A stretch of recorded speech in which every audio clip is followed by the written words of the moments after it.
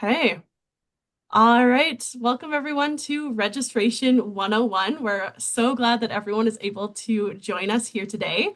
My name is Natasha, and I'll be the main presenter for today.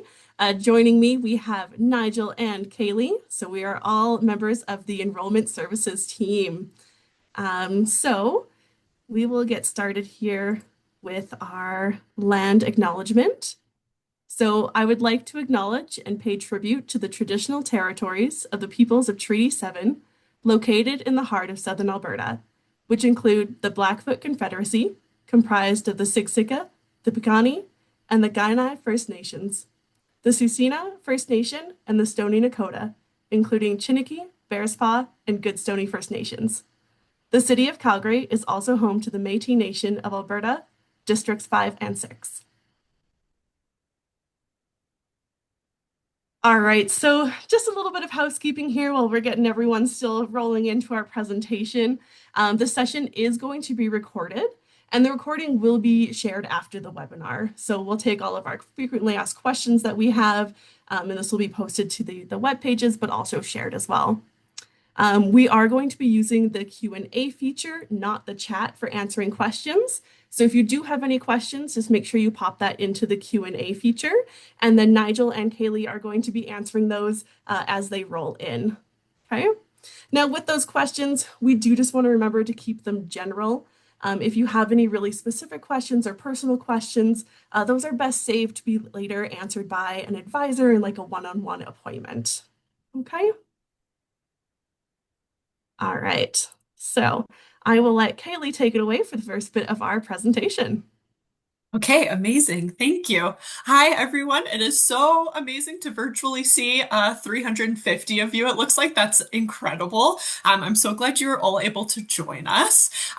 Just to start off tonight, we're going to get to course registration very quickly. Don't worry. We just wanted to give you a little bit of background on what Enrollment Services does and what else we can support with. First of all, congrats on getting an offer to the University of Calgary. That is a huge accomplishment. I hope all of you are proud of yourselves. It's so exciting to start at post-secondary. So I hope that you're all excited for the journey to come. Some things that we want to think about after accepting our offer are things like familiarizing ourselves with the UCalgary portal. We're going to see lots of different aspects of that tonight. You'll also want to make sure that you have your UCalgary email address set up. This is really important for course registration because we send lots of important emails through there. And then finally, some things that we're going to start to think about are financial planning. How are you best setting yourselves up for success for the upcoming year? And just the next slide there. Perfect. So this is an example of your UCalgary student portal. A lot of different things go on in here. One of the biggest that we're going to see tonight is that this is where you do your course registration. Something else really important in here are your advising notes. So anytime you talk to us or anyone in the faculties, you'll see your advising notes in here right underneath your UCID. On this page as well, we can also see our My Financials information.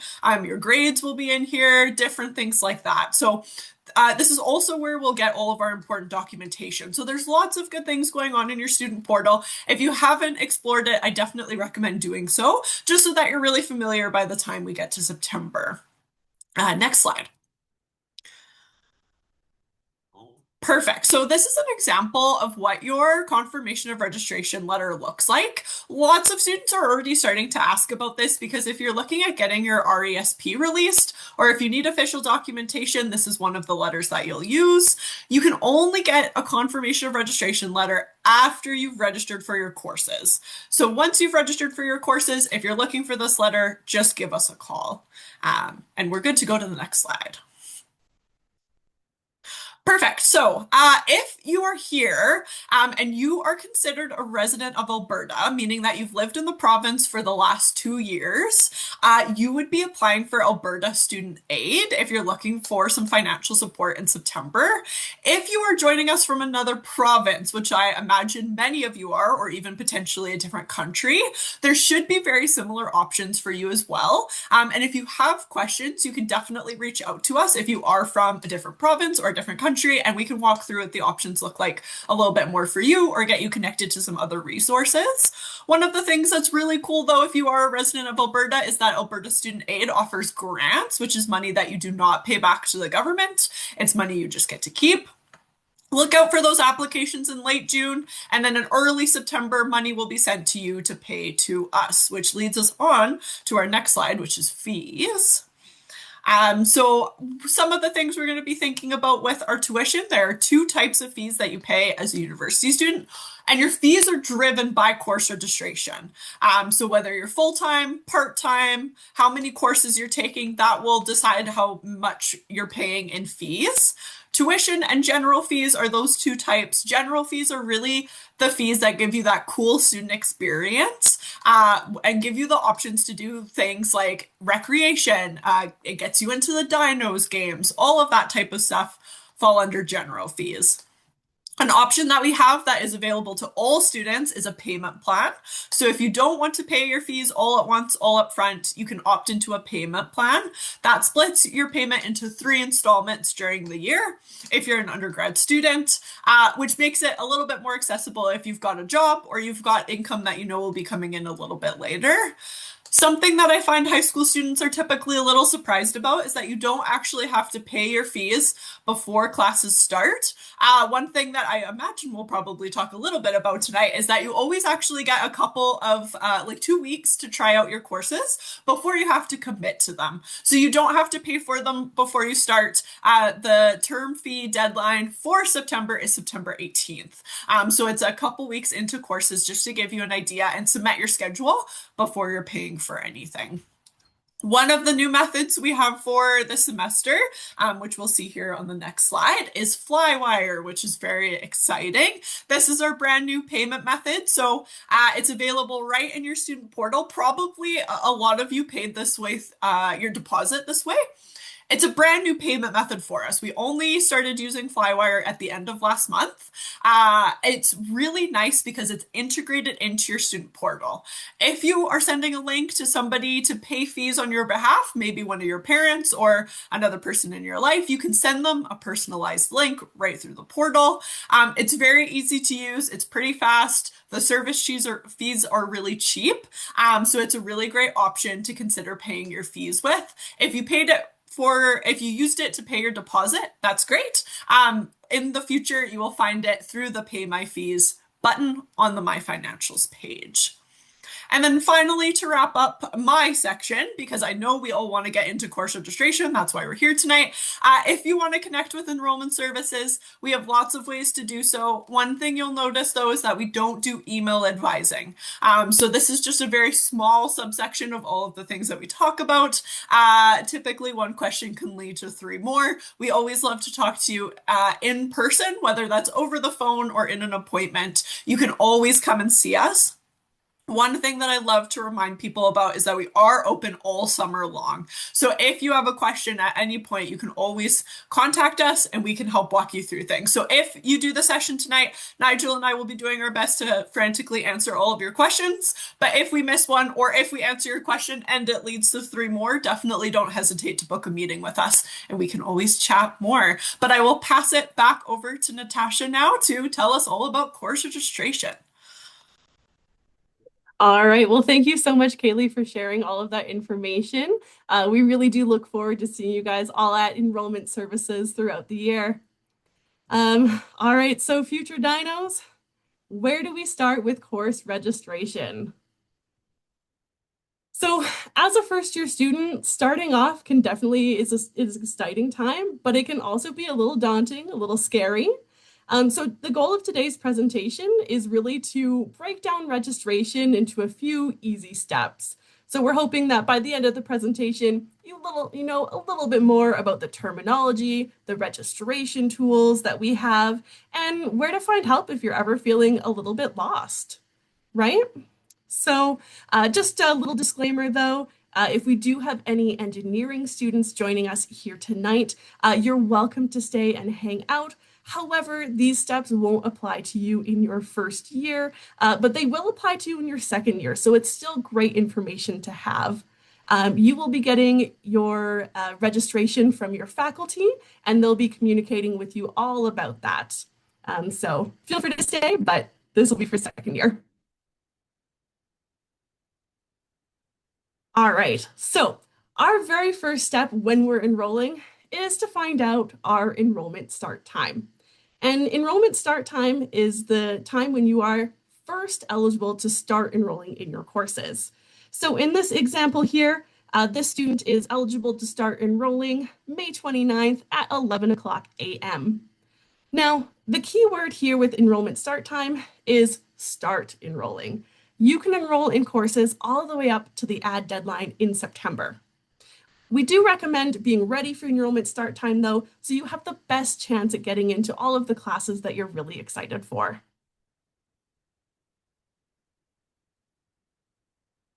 After you found out your enrollment start time, step number 2 is going to be to initialize your registration. You can find out where to initialize your registration just right here. And the reason that we do that is this to make students update their personal info. So it's going to ask you your current address, your emergency contact, your contact information. So that way we can make sure that all of the important information is making its way to you as a student. Now, if you don't do your initialization, you won't be able to register in courses. It will give you an error.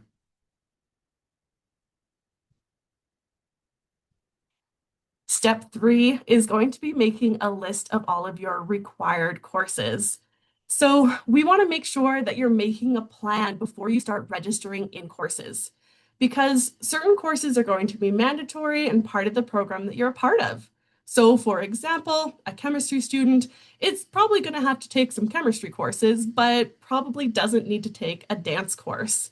And that's going to be different for each and every program. So you can find out what your required courses are in a few different ways. My favorite for first year students is going to be the undergraduate first year degree guide. This one shows a breakdown of all of our different programs, and it recommends what courses to take in fall and what courses to take in winter. Now, after your first year, you'll have to use the academic requirements report, and you could use that one in your first year as well. The academic requirement reports makes a list of all of your program requirements and tells you how the different classes that you're taking will be used towards your degree. Lastly, we have our program advisors.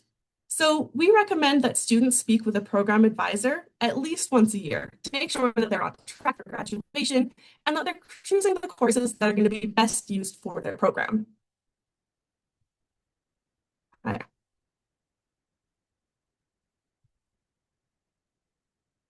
Now, once we've made a list of all our required courses, we can start making a list of the optional courses. Students in most programs get the opportunity to have a variety of courses, not just courses related directly to your program, but things outside of it. So again, if you're that chemistry major, you're going to have to take those chem courses. But for your option course, you could choose something of a different interest. So maybe you really like art, or you want to take an economics course. Those could be options for you to take. Um, Now, one note is that option courses do tend to fill up quite quickly, just because an option or a course that's an option for you might be a required course for another student.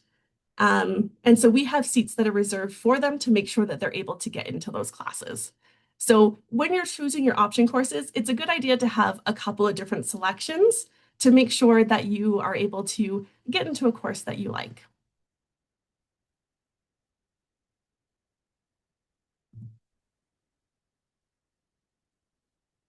Right. Step number 5 is going to be looking at those course descriptions. So the course descriptions are things that are going to help you decide if that is a good course for you, if you want to take that as an option. It'll tell you what the course is about, but it's also going to tell you who can register for the course and when. Like I said before, some courses that are going to be required for you um, might be an option for others. And so you need to look at the course to see if they have seats that are reserved for students who require the course, or if there's any prerequisites or things that you have to have done first to be able to get into the class.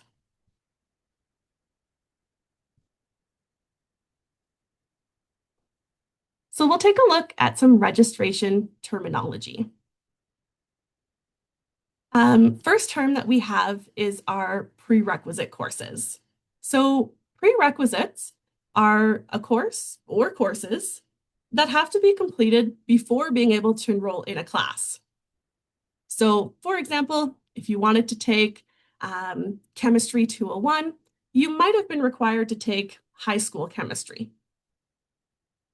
An anti-requisite is two courses that can't be taken for credit because the content that covered is too similar. So for example, Math 249 and Math 265, a student wouldn't be able to take both of those classes because the content is just too close to each other. The last one that we have is co-requisites. Co-requisites are two courses that must be taken at the same time because the content is complementary, so it's best to be learned at the same time together.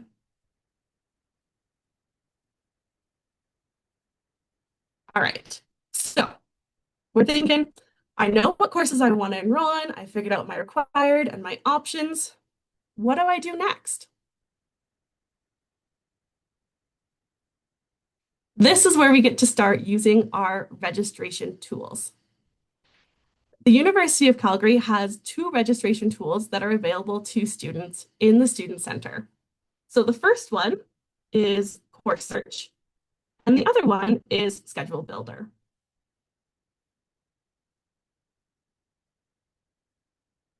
I'm going to do a little demo here for how to use both of these awesome tools.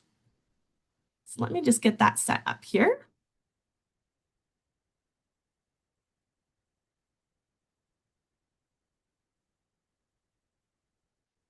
Give me out one moment.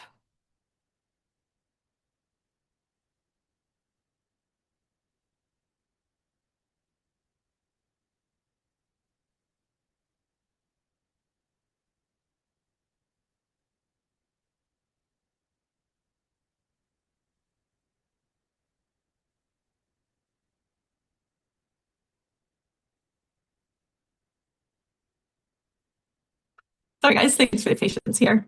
Okay. So we're going to take a quick look at our first year degree guide first. So this is our first year degree guide.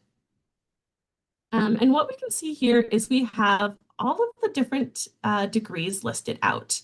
So you can find your specific degree, and if you were to click on it, it'll show you your fall and winter suggested courses. We're going to use economics for this one. All right. So what I can see here is for economics, it's recommended that you take Econ 201 and Stats 213 in the fall term, plus a couple of options or math courses, and then Econ 203 and Econ 295 in the winter term. And the reason that it suggests doing it in this order is that in order to take Econ 203, you have to have taken Econ 201 first. That one would be a prerequisite for the course. All right, so from your Student Center, when you click Schedule Builder, you'll receive this page. And it's going to give you a couple tips and tricks first. So first thing is to, like we're talking about, know your courses, right? You can meet with a faculty advisor to make sure you've picked those right courses, that you're on track. And that you understand all of your course requirements. From here, you'll be able to select which term you would like to start searching for courses. We are going to go to fall 2026, since that's what we're using the first year degree guide for. Now, once I have my schedule builder up, the first thing I'm going to do is I'm going to start selecting my courses. Now, if we go back to that first year degree guide, we're looking for Econ 201. So I can type that in.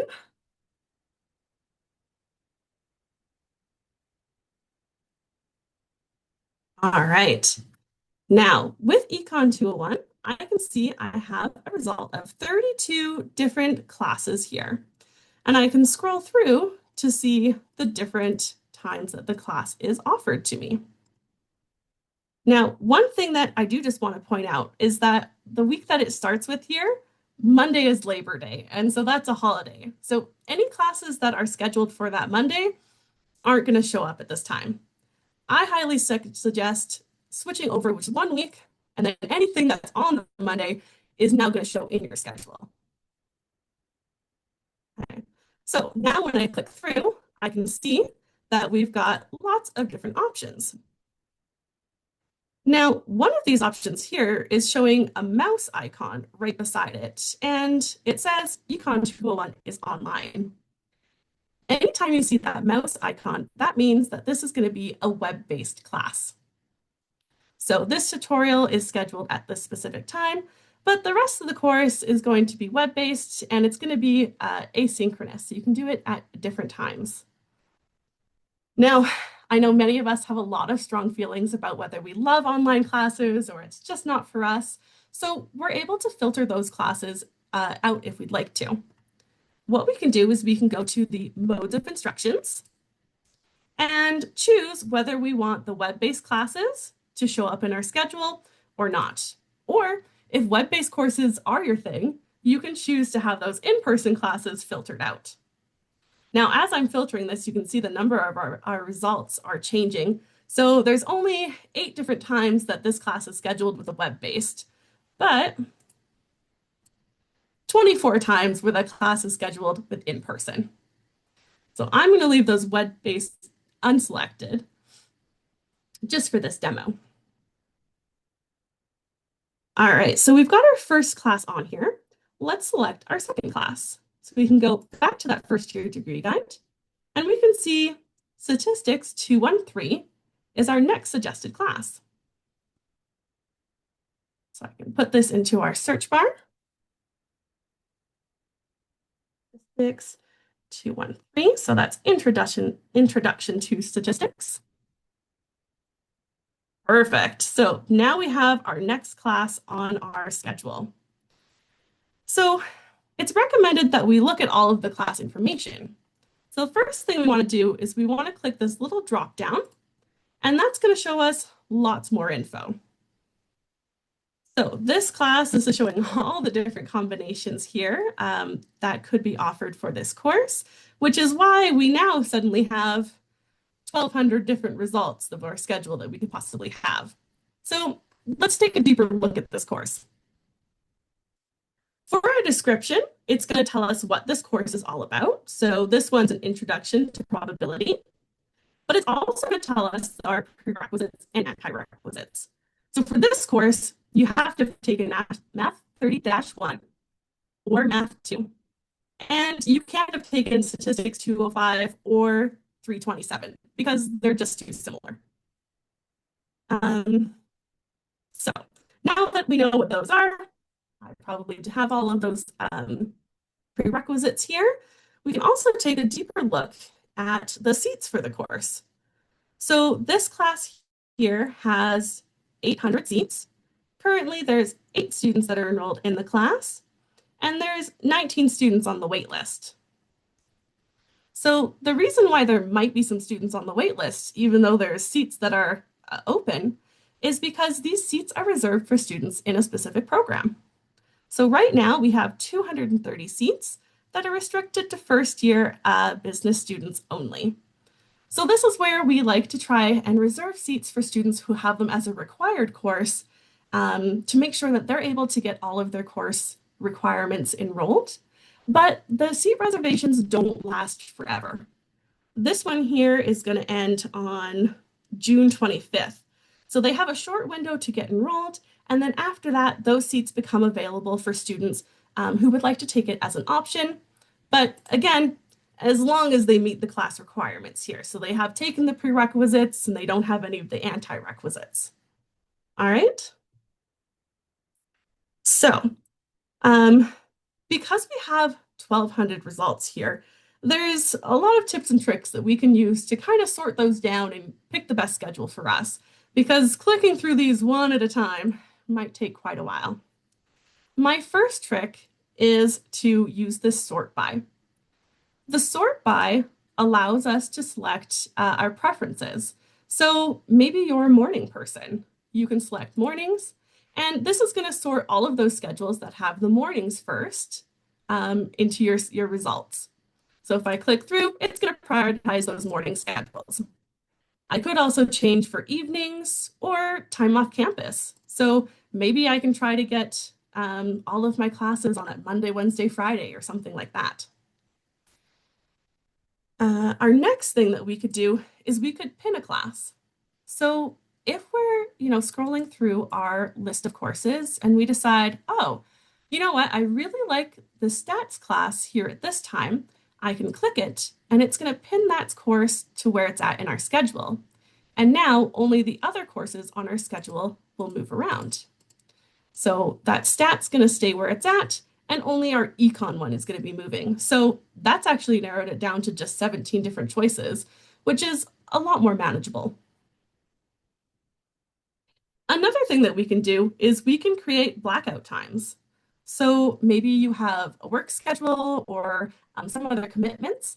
What you can do is you can click and drag, and that's going to block off certain times for you. So maybe you work in the mornings on Fridays, and so you block this off. And you can block off multiple days, and it will move those classes around. You'll still be able to see all of the different schedules, so that's why there's still 1,200 up here. But your top results are going to be ones that don't conflict with your blackout times. All right. Another tip that I want to point out is just to be aware of when those classes are running. This likely won't affect you in your first year, but it is really great information to have for your upcoming years. So let's add one more course to our schedule. Maybe this is an option course that you're wanting to take in the future. So we'll go with Linguistics 302. Okay. Now, we've added this Linguistics 302, but it's not showing up in our schedule at the moment. What I can see is when I look down here, Linguistics 302 is only showing in August.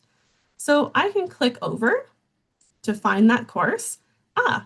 And I can see that this course is scheduled for full days for a week because it is a block week course rather than our regular academic courses.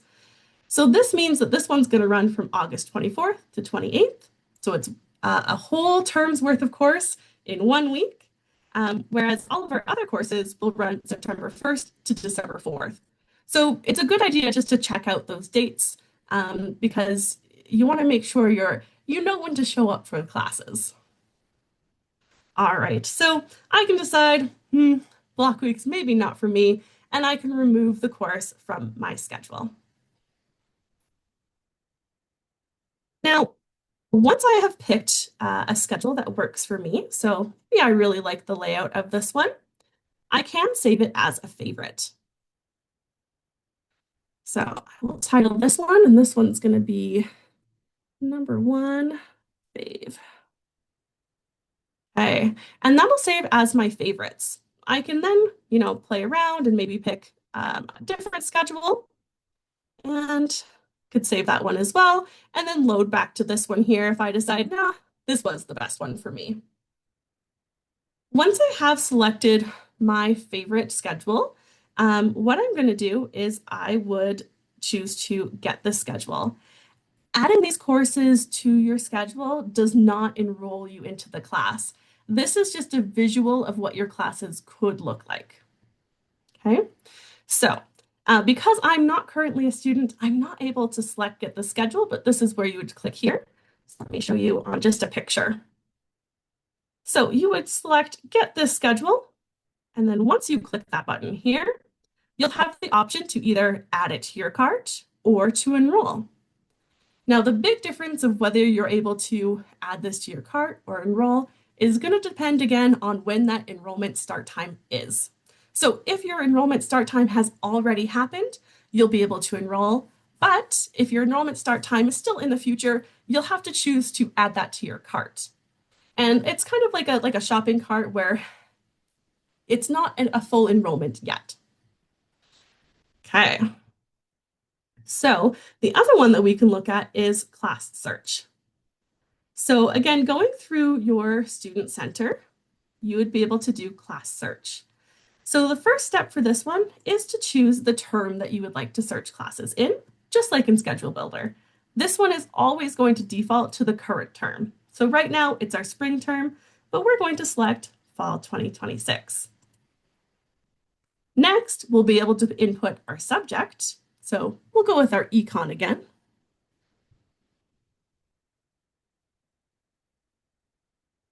We're going to go economics. And then we'll leave contains. And if I leave this box blank, it'll show me all of the economics courses. But if I know the specific class that I'm looking for, then I can put the number in. So we know that we're looking for 201 because we're using that first year degree guide. Okay. We are an undergraduate student, so we'll click undergraduate programs. And then if you unclick this here, it'll show you all of the Econ 201 classes. If you leave it clicked, it'll only show you classes that are open. So it's a handy tool to use if you're wanting to find open classes. Okay. So for Econ 201 here, we have a couple of selections. We can see we have our lecture and our tutorial, so LEC and tutorial. It'll tell us our date and time, where it's located, and our meeting dates. We can also see just a little quick overview of the class here. So if it has a green circle, that means it's open. If it has a blue square, that means it's closed. A yellow triangle means there's spots on the wait list that you can maybe get into. And any courses that have the purple star is going to tell you that there is restrictions.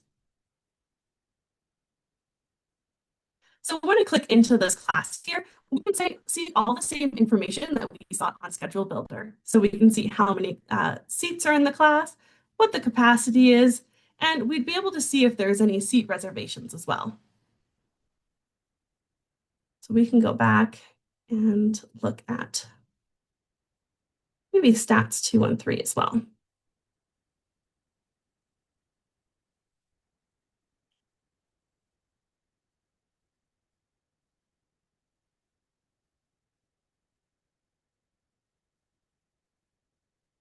Perfect. So this one we can see has those seat reservations.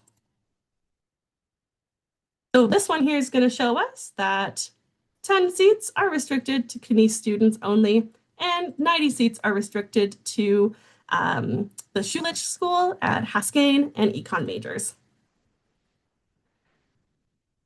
Now, again, because I'm not a student, I'm not able to select these courses, but as a student, there'd be a select button here that you'd be able to click to add those to your classes, and then either choose to get it to your cart or enrollment. All right, so we're going to go back to our presentation.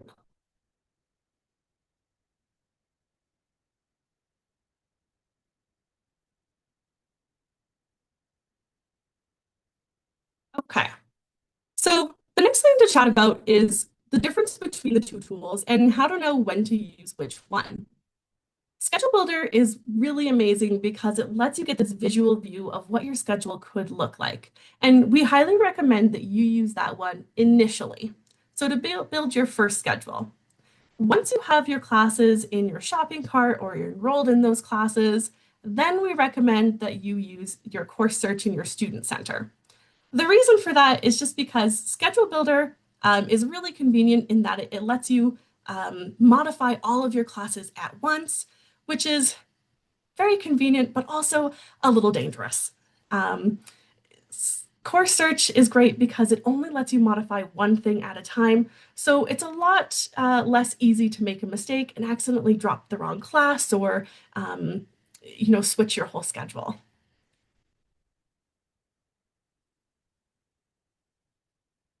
So once we have added classes to our shopping cart, what is our next step? Well, the next step is to validate the shopping cart.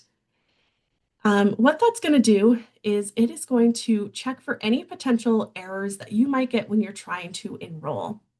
So in this one here, we can see that they've added it to their shopping cart. Okay, they've got Geology 330 in their shopping cart, and they're going to try validating that. So errors that our system's going to look for is going to be maybe time conflicts, prerequisites, co-requisites, um, and lots of different other issues that you might have.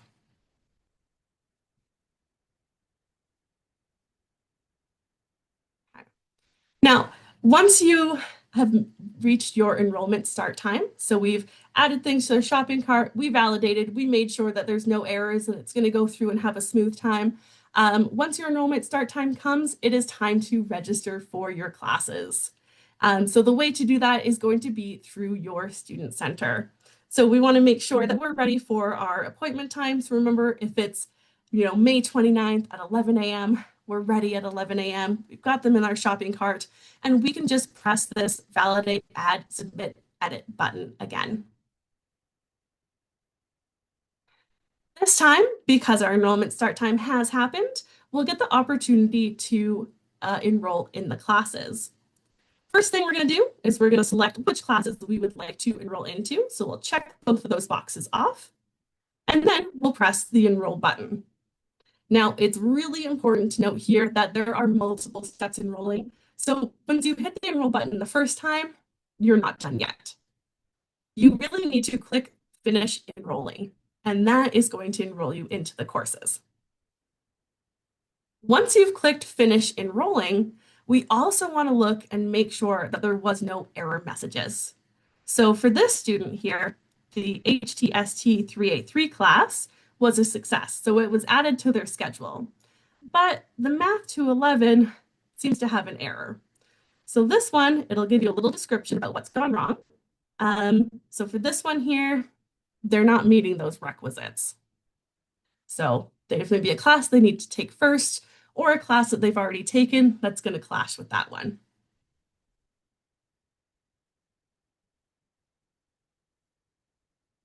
All right. Now, waitlist. If a course is full and you get an error that you weren't enrolled because the class is full, you might be able to join a waitlist and wait for a seat to be open in the course. Now, not all classes have waitlists. That is up to the faculties to decide which ones do and which ones don't.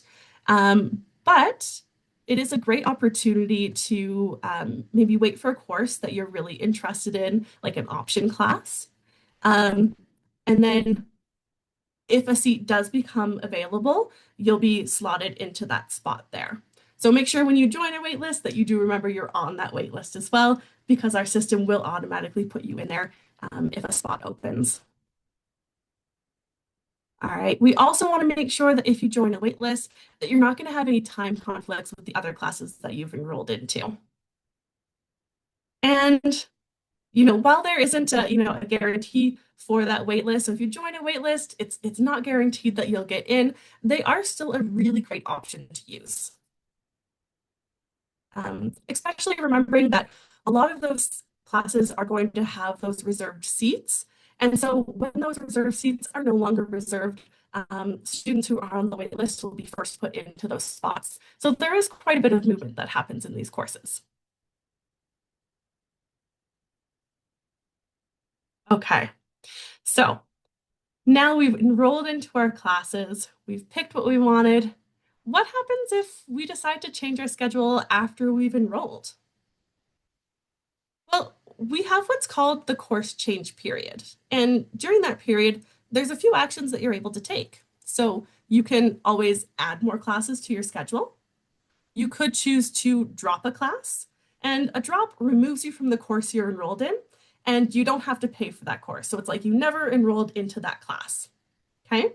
You could swap a class, and that lets you switch out one enrolled course for another course at the same time.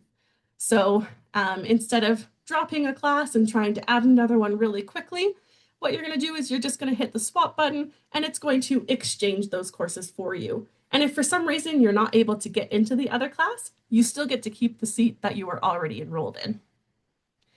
The other one that you could do is you could do an edit. An edit lets you switch the side component of a course, so usually the lab or the tutorial section, without changing the main lecture. So if you are in Chemistry 201, in Lecture 1, Lab 2, and you want to change that lab, that would be an edit.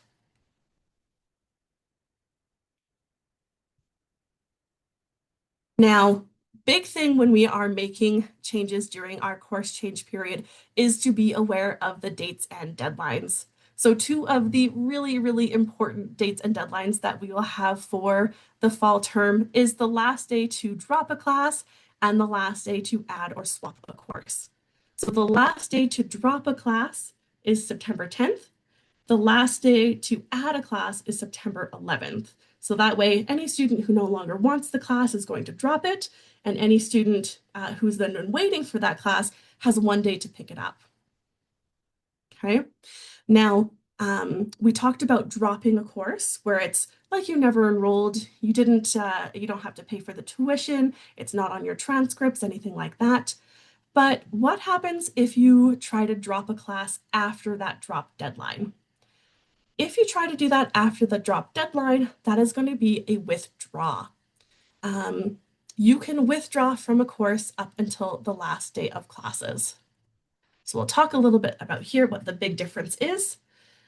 So withdrawing after the deadline results in a W on your transcript and no refund of the tuition fees. So we want to make sure, I always recommend add this one to your calendar and your phones with a little reminder. And then that way, if you decide a course is not the right fit for you or you're wanting to switch classes, you've made sure you've done it by the deadline. And while the deadline is midnight, or 11:59, I always say make sure that you've done it by at least 3:30, so that way you have a chance to connect with Enrolment Services or your faculty if you're not able to drop it on your own. Okay.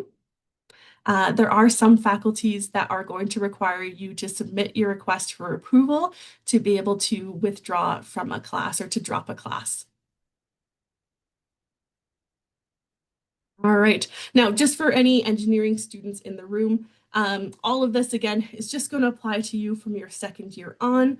For your first year, your faculty is going to automatically enroll you in your first year Common Core engineering courses as per your selected registration block. So if you want a little bit more information about your engineering here, I'll give you a second to scan that QR code.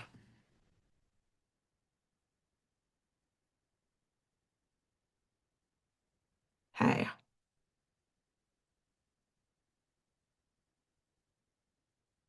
All right, so just starting to review here the steps that we've gone over.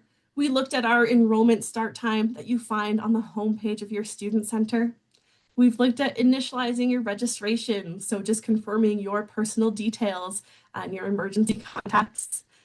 We looked at making a list of your required courses, what your potential option courses could be. We've talked about the course descriptions and reviewing those requirements.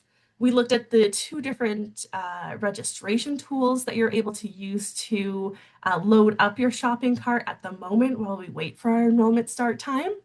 And then we looked at validating our shopping cart. So we've done lots of great things to get us ready to register for classes that should be upcoming pretty quick here for everyone.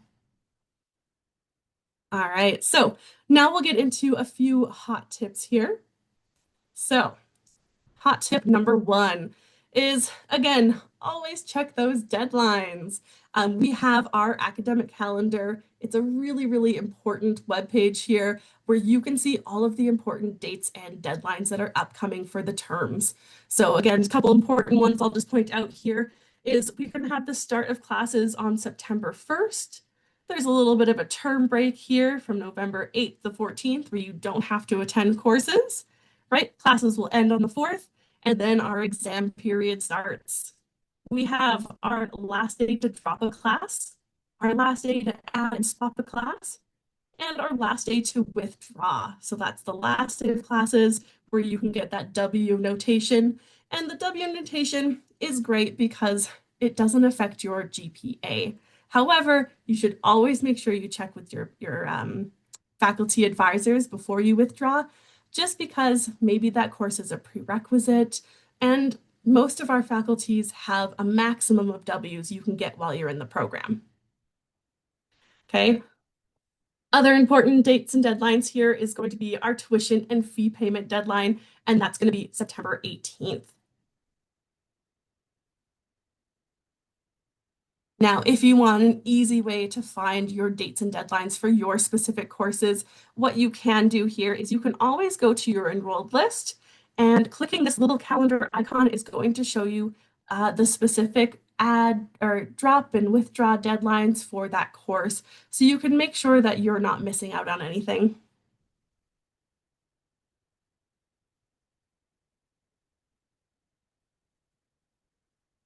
All right, tip number three is going to be our weekly view. So once you've got some courses that are enrolled on your schedule, you'll be able to click My Schedule Calendar View. And what that's going to do is it is going to produce um, a visual schedule, just like in Schedule Builder, of what your schedule for the week is. And it'll update every week, so you can click through and see what your upcoming weeks are going to look like.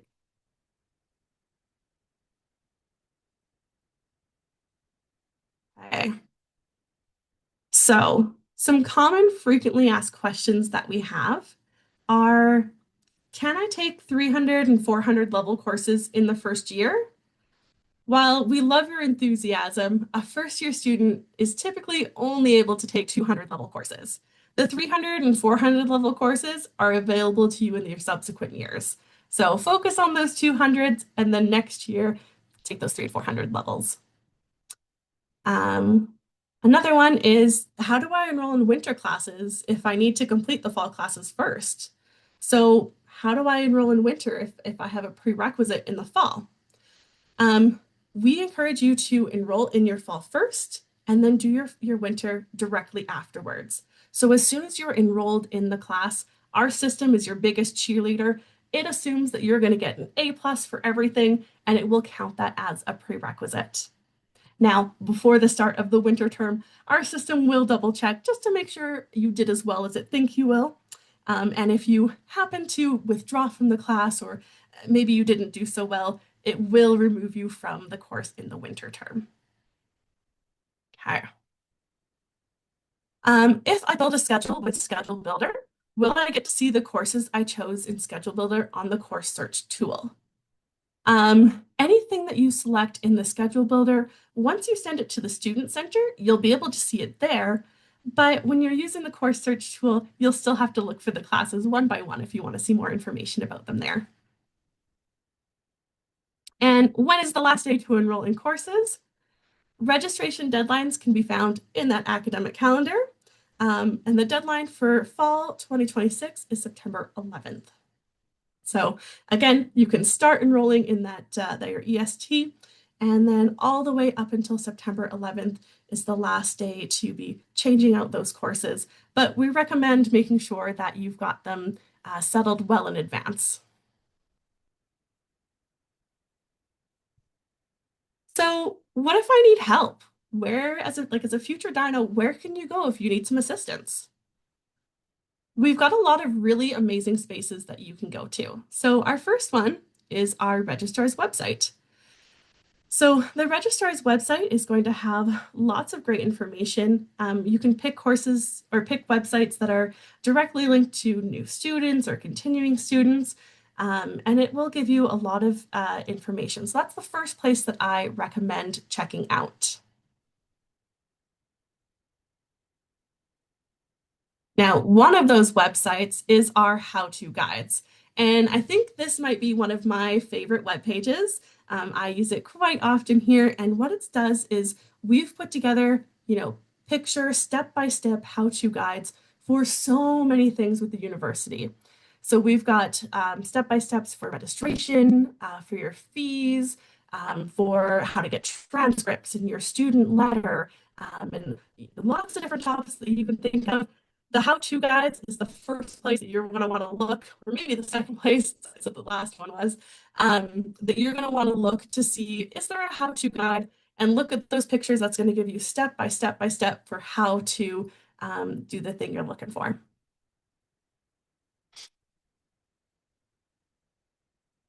Another great place, if you're feeling a little bit lost, is our faculty advising. So all of our faculties have advisors for students that they're welcome to contact to get a little bit more information. So one big difference between faculty advisors and enrollment services is that faculty advisors specialize in the different programs. And so it's recommended that you speak to your faculty advisor for recommendations on what courses you should take. With enrollment services, we can speak to a lot of different things, a lot of the information that Kaylee covered. So, our student loans, fees, financials, transcripts, getting those confirmation letters, and even troubleshooting registration, we can help with, but we can't help you select which courses.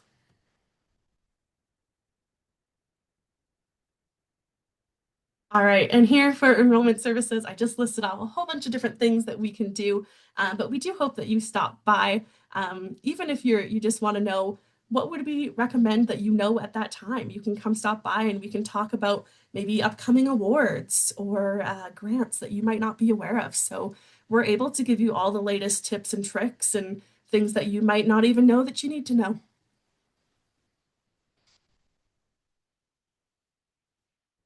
We do also have our summer series that is happening. So, like Kaylee said, we are open year round. So, we'll be open all summer long with lots of different workshops and webinars upcoming. So, we have a few like Financing Your Education 101 and 102. We have Introduction to Student Accessibility Services and many, many more upcoming. So, highly recommended that you give that a visit and check that out. Okay, so that kind of wraps up my presentation here. So we have time for a couple of questions here and some feedback. So while we're answering that questions, if you guys want to scan that QR code and do a little bit of feedback for us, that would be great. We do have a couple of swag packages that are up for grabs here from people who filled out the survey. We're going to do kind of a little bit of a raffle with all of that and randomly select a couple people to receive those swag packages. Now, I know not everyone here is in Calgary right now. That's totally okay. We are happy to hold on to those swag packs until you're on campus and able to come pick them up from enrollment services. Okay, so I'm going to stop sharing. Actually, I'll give it a few more minutes here, just with that QR code up, and now I will pull up some questions. Let's see.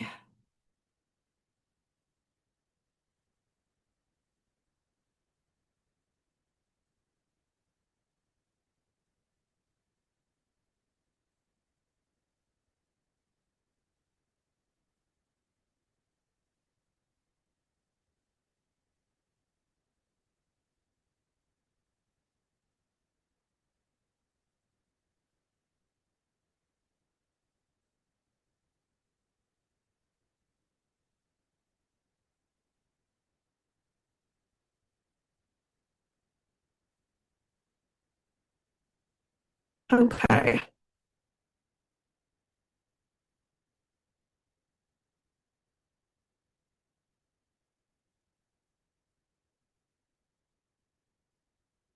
All right. So question that I can see here is asking that if basically if we want to have the classes loaded up in our cart and in our like shopping cart to be ready, and then when the time comes, you just click enroll.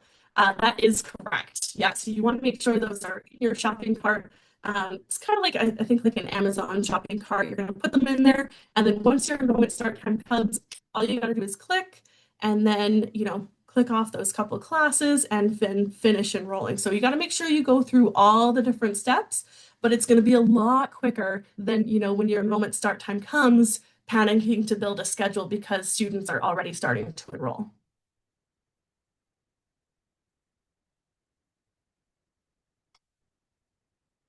Okay. Another question here is, does the validation look for missed required courses? So the validation does not look for missed required courses, and that is why we highly recommend that you speak to a faculty advisor just to make sure that you are, progressing in your program in a way that the classes are all going to line up for you for those like prerequisites. Our schedule builder will let you add in kind of any courses that you want as long as you meet those prerequisites for that validation.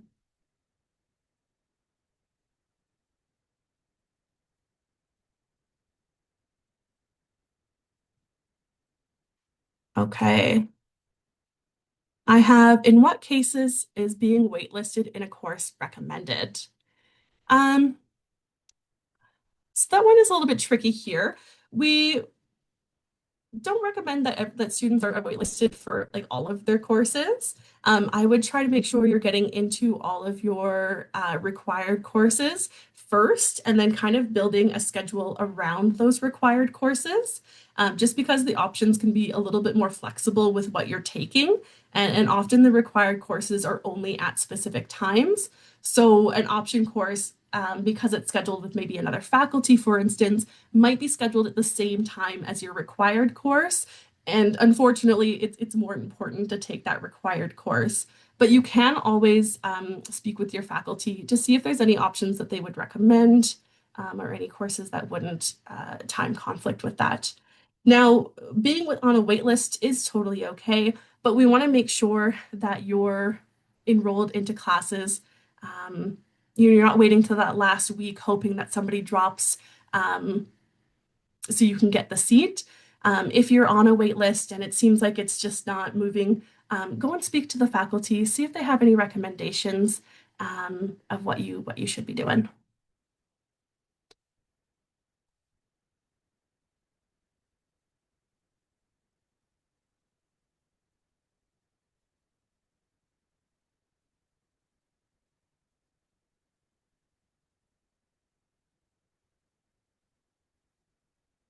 All right. So another student asked, what does a breadth requirement mean? So what that means here is instead of just focusing, so let's say again that example of being a chem student, instead of only focusing on science the whole 4 years that you're in your program, and then you finish your program and the only thing you've ever looked at is science and chemistry, we want our students to have a little bit of a wider knowledge base. So we want our students to have, definitely done a lot of science courses for our science students, but also explored their other interests, right? So maybe they've explored, an arts course or drama. And so that way they're really just expanding it. So that's what a breadth means. It's just a wider variety. Okay. Um, we are going to answer maybe just one more here. Let's see. Okay, so for waitlisting, do we get notified in our student center or emails when you're no longer on the waitlist for a class and can be enrolled? So you will get an email notification that you've been enrolled into the class, and then you'll also be able to see it in your student center. It'll no longer be in the waitlisted section. It'll be in the enrolled courses section. So that's a great question. Okay, and I'm going to stop sharing my screen now. All right, so I know there's still lots and lots of questions here, but what we will do is we will be posting this webinar up on our web pages. We'll also be sending this webinar out to everyone here, and we'll make a compiled list of all of these frequently asked questions, so that way you're able to take a look at them all. Um, and then we'll get all these answers out to you guys, okay? Now, again, if there is any questions, that's still a burning question here for you. What I'd recommend is I'd recommend making an appointment with either Enrollment Services or your faculty, depending on what your question is. So again, if you're wanting to know which specific courses you should be taking, go to your faculty. If you just have some general registration questions, you can go to faculty or to Enrollment Services, okay? And we look forward to seeing you there.